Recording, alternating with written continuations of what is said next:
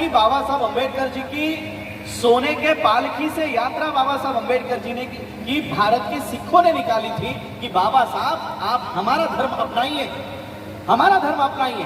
बाबा साहब को क्रिश्चियन धर्म मिशनरी ने बाबा साहब को आह्वान किया कि बाबा साहब आप क्रिश्चियन धर्म में आइए। बाबा साहब को इस्लाम धर्म के लोगों ने कहा कि बाबा साहब आप इस्लाम धर्म स्वीकारिए, लेकिन फिर भी बाबा साहब अंबेडकर जी ने सिख धर्म को, इस्लाम धर्म को, क्रिश्चियन धर्म को नहीं अपनाया।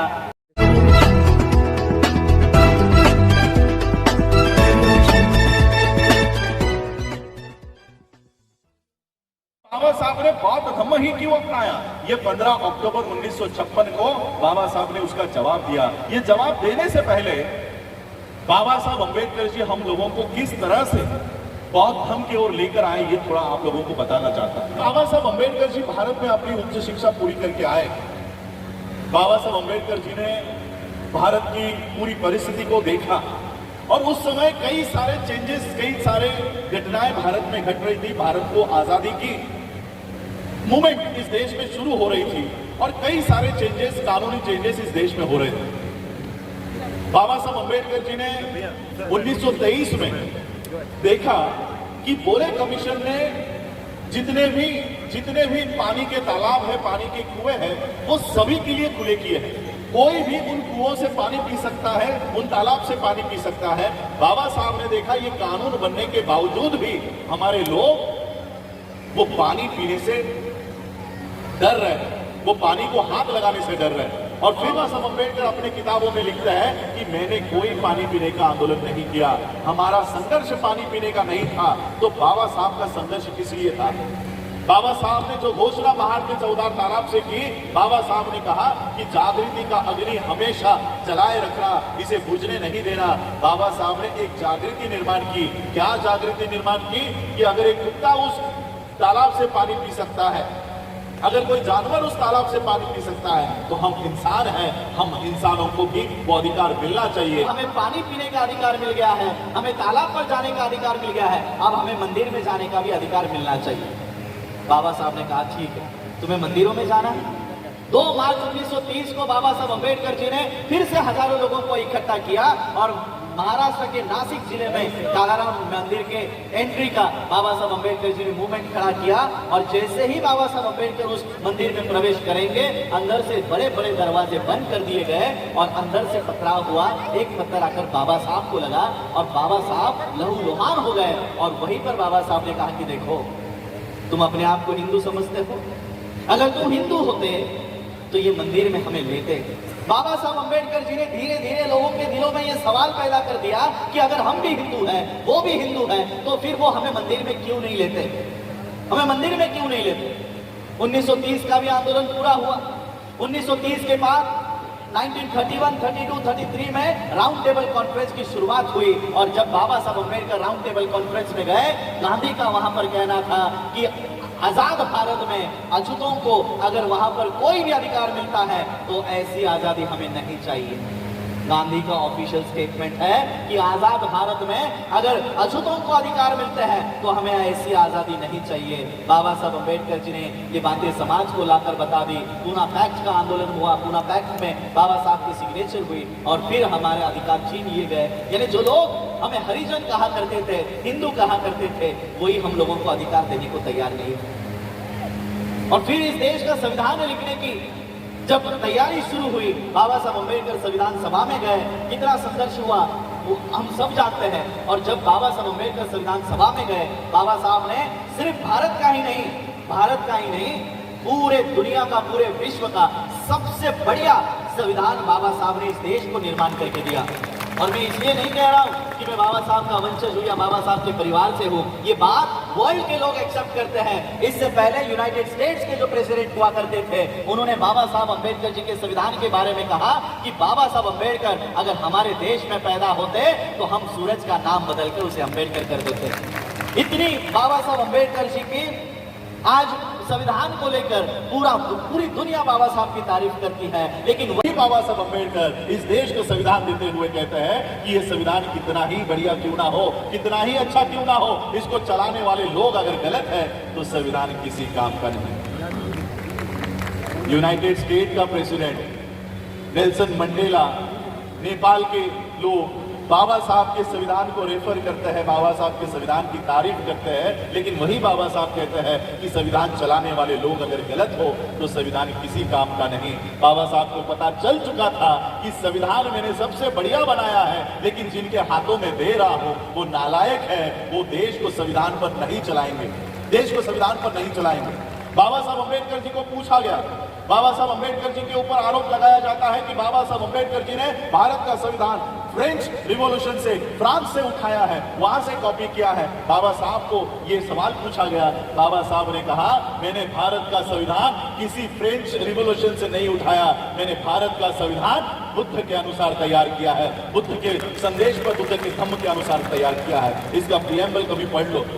इक्वलिटी, समानता किसी धर्म में नहीं है, सिर्फ बुद्ध के धम्म में समानता है। भाईचारा कोई धर्म नहीं सिखाता, भाईचारा केवल बुद्ध का धम्म सिखाता है। और इसलिए ये बुद्ध जो प्रीएम्बल है, ये पूरा प्रीएम्बल संविधान किस आधार पर है, वो प्रीएम्बल बुद्ध के आधार पर है। बाबा साहब को पता चल चुका था ये लोग संविधान इस देश में नहीं चलाएंगे, और तब मेरे देश के लोग कहां जाएंगे, मेरे लोग कहां जाएंगे, मुझे फॉलो करने वाले लोग कहां जाएंगे। बाबा साहब अम्बेडकर जी से सवाल किया गया कि बाबा साहब इस देश के लोकतंत्र का क्या होगा।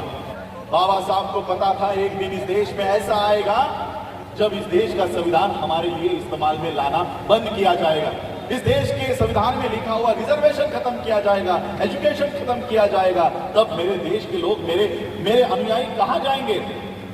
और इसलिए बाबा साहब अम्बेडकर जी की स्वास्थ्य भी ठीक नहीं था। 1956 में बाबा साहब ने बौद्ध धर्म की दीक्षा लेने का निर्णय ले लिया। बाबा साहब के कार्यकर्ताओं ने बाबा साहब से कहा कि बाबा साहब अगले साल इलेक्शंस है, अगर आप आज बौद्ध धर्म की दीक्षा लेते हो तो 1957 में आपको हिंदुओं के वोट नहीं मिलेंगे। आप आपका दीक्षा का कार्यक्रम एक साल रोकिए, उसके बाद बौद्ध धर्म की दीक्षा लीजिए। बाबा साहब ने कहा तुम लोगों में से कोई भी अगर मेरे साथ नहीं आया, मुझे किसी की जरूरत नहीं है, मैं अकेला जाकर बुद्ध की शरण में जाऊंगा, मैं अकेला जाऊंगा। और फिर बाबा साहब अम्बेडकर जी ने अशोका विजयादशमी 14 अक्टूबर 1956 को बौद्ध धर्म की दीक्षा ली। उस दीक्षा के पीछे एक संदेश है कि इस देश का संविधान अगर आपके मदद के लिए, आपके सहायता के लिए इस्तेमाल में नहीं लाया जाता तो ये बुद्ध आपकी रक्षा करेगा, ये बुद्ध आपके पीछे खड़ा हो जाएगा, डट कर खड़ा होगा। आज मैं श्रामणेर बना हूं, मैं इसलिए बना हूं क्योंकि आज से 1 महीना मैं वर्ल्ड टूर पर हूं। कल मैं ऑस्ट्रेलिया जाऊंगा, ऑस्ट्रेलिया से वहां के बौद्ध जितने भी ऑर्गेनाइजेशंस हैं वहां पर मेरी सारी सभाएं लगे हुए, कॉन्फ्रेंसेस लगे हुए, और उसके बाद 18 तारीख को मैं वर्ल्ड फेलोशिप ऑफ बुद्धिस्ट के मंच पर जाऊंगा जहां पर 128 देशों के बुद्धिस्ट रिप्रेजेंटेटिव आते हैं। और वहां पर जाकर भारत के बौद्धों की असली परिस्थिति क्या है वो वहां के बौद्ध देशों को बताऊंगा, और वो बौद्ध देशों का समर्थन भारत के बौद्धों के पीछे खड़ा करने का काम करूंगा। ये मार्ग बाबा साहब ने हमें बताया। जब बाबा साहब अम्बेडकर जी ने बौद्ध धर्म की दीक्षा ली तब बाबा साहब ने कहा कि अब घर में बहुत हो गया, अब घर में बहुत हो गया, भारत में बहुत हो गया, अब भारत के बाहर जाकर दिखाओ और वहां से अपने अधिकार प्राप्त करो। बाबा साहब हमको इस वर्ल्ड से जोड़ कर गए, विश्व से, बौद्ध विश्व से जोड़ कर गए, लेकिन हम वहां पर जाने के लिए तैयार नहीं। हम लोग चमार, वाल्मीकि, जाटव, इस तरह से जातियों में लगे पड़े हैं। मुझे बताओ, आपके यहाँ का दिल्ली का चमार, आपके यहाँ का उत्तर प्रदेश का चमार क्या महाराष्ट्र में पाया जाता है? नहीं, वहां पर चाम्भार बोलते हैं, और वो भी पूरी तरह से हिंदुइज्म है। कम से कम यहाँ के चमार अम्बेडकराइट्स तो है। क्या यहाँ का दिल्ली का वाल्मीकि महाराष्ट्र में, पंजाब में तो मिल जाएंगे, क्या वो आंध्र में मिलेंगे? क्या वो तमिलनाडु में मिलेंगे? नहीं। महार हो, चमार हो, वाल्मीकि हो, जाटव हो, इस टाइटल को लेकर अगर आप चलोगे, आप आपके स्टेट के बाहर भी जाने नहीं जाओगे, आपके स्टेट के बाहर भी, लेकिन बुद्धिस्ट आइडेंटिटी लेकर चलोगे, पूरा विश्व आपका स्वागत करने तैयार होगा कि मेरे भारत के बुद्ध के धरती से मेरे लोग आए। मैं पहली बार 2018 में वर्ल्ड फेलोशिप ऑफ बुद्धिस्ट की कॉन्फ्रेंस में गया। जब वहां पर बीच की लंच की छुट्टी हुई तो श्रीलंका के एक मॉन्क, एक बुद्धिस्ट मेरे पास आए, एक बौद्ध भिक्षु मेरे पास आया और मुझे कहता है, this time India is very lucky, you got a Buddhist prime minister. इस बार भारत को एक बौद्ध प्रधानमंत्री मिला है। मैंने उनको पूछा, आपको किसने कहा कि हमारा प्रधानमंत्री बौद्ध है? वो कहते हैं वो हमारे देश में आते हैं तो बुद्धा की मूर्तियां लेकर आते हैं, बुद्ध विहार में जाते हैं, क्या वो बौद्ध नहीं है? आज विश्व में इस देश के प्रधानमंत्री की आइडेंटिटी, इस देश के प्रधानमंत्री की पहचान बुद्धिस्ट है। जहां से बाबा साहब अंबेडकर जी ने बौद्ध धर्म की दीक्षा आज के दिन ली, वहां पर हमको पैर रखने की अनुमति नहीं है, लेकिन वहां से नरेंद्र मोदी स्पीच करेगा, वहां से नितिन गडकरी स्पीच कर रहा है, वहां से देवेंद्र फडणवीस महाराष्ट्र का पेशवा ब्राह्मण वहां से स्पीच करेगा और वर्ल्ड को क्या बताएगा कि हम ही अंबेडकराइट बुद्धिस्ट हैं, हम ही बुद्धिस्ट हैं। इस तरह का घुसपैठ आज इस धम्म में चल रहा है, इस तरह की घुसपैठ चल रही है। क्यों? क्योंकि जिनका वो धम्म है वो उस धम्म की ओर देख नहीं रहे हैं और इन लोग, ये जो लोग हैं, इनका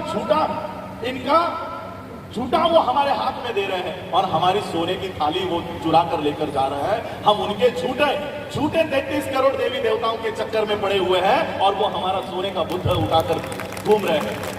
मैंने दिल्ली इंटरनेशनल एयरपोर्ट पे मैंने एक लाइव किया था, वहां पर मुझे एक बड़ी सी किताब का चित्र देखने को मिला और उस किताब का नाम था a monk who became chief minister, a monk who become chief minister. और इसी वेश में योगी आदित्यनाथ का फोटो वहां पर लगा हुआ था। यानी ये विदेशों में क्या प्रचार करते हैं कि उत्तर प्रदेश का चीफ मिनिस्टर ये बौद्ध भिक्षु है, इस देश का प्रधानमंत्री एक बौद्ध प्रधानमंत्री है। इस तरह का प्रचार कर करके वो सारे बाबा साहब ने आपको दिए हुए अधिकार वो चुरा कर लेकर जा रहे हैं और आपको महार, चमार, वाल्मीकि, जाटव और गड़ियारा, पता नहीं किस किस नामों से वो आपको संबोध रहे हैं। और इसलिए हम लोगों को बाबा साहब अम्बेडकर जी ने जो बौद्ध धर्म के मार्ग पर हम लोगों को चलना सिखाया, उसके ऊपर जाना हम लोगों को चलना, उसके ऊपर जाना सीखना चाहिए। बाबा साहब अम्बेडकर जी ने हम लोगों को उस समय कहा कि ये रिजर्वेशन के लिए अगर आप लोग बौद्ध धर्म की ओर आने से बच रहे हो, बाबा साहब अम्बेडकर जी ने कहा कि ये रिजर्वेशन मैंने ही आप लोगों को दिया है, मैंने आप लोगों को दिया है और ये मत समझो कि बौद्ध होने के बाद आपके अधिकार चले जाएंगे। बाबा साहब ने कहा आप बौद्ध बिंदास बौद्ध बन जाओ, आपके सारे अधिकार मेरे कोर्ट के खिसे में सुरक्षित है। बाबा साहब ने हमारा वो प्रावधान कर रखा है। हम लोगों को ये सरकार, ये व्यवस्था ये डरा कर धमका कर रखी है कि अगर आपने हिंदू धर्म का त्याग किया तो आपके अधिकार चले जाएंगे, आप लोगों के अधिकार चले जाएंगे। और इसलिए हम लोगों को ये डरा धमका कर हिंदू धर्म में आप लोगों को फंसा कर रख रहे हैं। इसलिए हम लोगों को खुले तौर से बौद्ध धर्म की दीक्षा आज के दिन देखिए, आज हम लोग सब इकट्ठा हुए हैं, अशोका विजयादशमी को मना रहे हैं। हम लोगों को बाबा साहब अम्बेडकर जी, हम सभी लोग बाबा साहब अम्बेडकर जी के अनुयायी हैं। जो काम हमारे महापुरुषों ने किया उसका अनुकरण हमें करना चाहिए। सिर्फ बाबा साहब अम्बेडकर जी को आकर माथा टेकने से, हाथ जोड़ने से, फूल चढ़ाने से, कैंडल जलाने से बाबा साहब के ऋण कभी नहीं मिटने वाले हैं। इसलिए हम लोगों को बाबा साहब ने जो काम किया है, जो दिशा बताई है, उसका अनुकरण हम लोगों को करना चाहिए।